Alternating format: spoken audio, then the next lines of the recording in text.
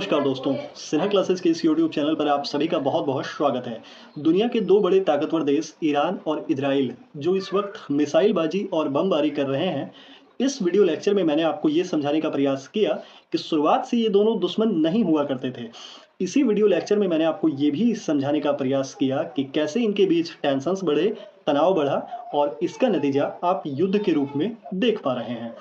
आज इस छोटे से वीडियो लेक्चर में हम ये समझेंगे कि आखिर इस युद्ध में अमेरिका की क्या भूमिका है और अगर ये युद्ध लंबा खिंचता है, जैसा कि कई एक्सपर्ट्स को पूर्वाभास हो रहा है, तो इस युद्ध के क्या परिणाम होंगे, कैसे परिणाम होंगे और पूरी दुनिया और साथ-साथ इंडिया पे इसका क्या प्रभाव पड़ेगा।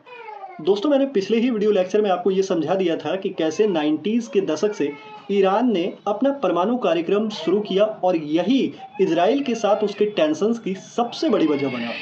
दोस्तों, स्थिति यह है कि मिडिल ईस्ट में इजराइल एकमात्र देश है जिसके पास न्यूक्लियर पावर है और अगर यही स्थिति बनी रहती है तो इजराइल के माध्यम से यूएन और यूएन के माध्यम से अमेरिका का डोमिनेंस इस क्षेत्र में बरकरार रहेगा।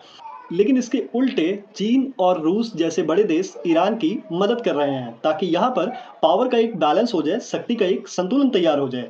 और शक्ति का संतुलन केवल और केवल तभी तैयार हो सकता है जब ईरान के पास परमाणु हथियार हो।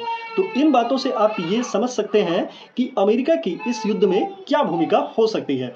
एक और बड़ी बात है कि अगर ईरान के पास भी परमाणु हथियार होता है तो ऐसे में न्यूक्लियर डेटरेंस की स्थिति हो जाएगी। और न्यूक्लियर डेटरेंस को सीधा सीधा आप ऐसा समझ सकते हैं कि जब किसी दो देश के पास परमाणु हथियार होता है तो आमतौर पर डराने वाली स्थिति होती है कि अगर तुम मुझ पर अटैक करोगे तो मैं भी तुम पर अटैक कर दूंगा। और ऐसी स्थिति का परिणाम काफ़ी गंभीर और भयावह हो सकता है जिसे पूरी दुनिया को भोगना पड़ सकता है। और इसलिए जब न्यूक्लियर डेटरेंस की बात आती है तो दुनिया के अन्य सभी देश मिलकर भी उन दोनों देशों को नहीं लड़ने देते। अब समझते हैं कि अगर ईरान और इजराइल का ये युद्ध लंबा चलता है तो इसका क्या परिणाम पूरी दुनिया पर पड़ सकता है। दोस्तों, अगर ईरान और इजराइल का युद्ध लंबा चलता है तो जो सबसे अधिक खतरे में पड़ेगा वो है मिडिल ईस्ट में तेल आपूर्ति और खासकर होर्मुज जलडमरू मध्य से। और अगर ऐसा होता है तो तेल की कीमतें बढ़ेंगी। भारत जैसा देश जो 85% तेल खाड़ी देशों से आयात करता है, इन्हें बड़ा झटका लगेगा और यहाँ पर पेट्रोल, डीजल, गैस, तेल इन सब की कीमतें बढ़ेंगी। और अगर ऐसा होता है तो हम जानते हैं कि अगर पेट्रोल डीजल की कीमतें बढ़ती हैं तो अन्य सभी सामानों की कीमत भी धीरे धीरे बढ़ने लगती हैं। एंड ऑब्वियसली अगर तेल की कीमत बढ़ती है तो महंगाई बढ़ेगी और उसका सीधा असर अर्थव्यवस्था पर होगा। दूसरा जो एक गंभीर परिणाम भारत को लेकर है वो ये है कि मिडिल ईस्ट में तकरीबन 80 लाख प्रवासी भारतीय रहते हैं जो वहाँ काम करते हैं।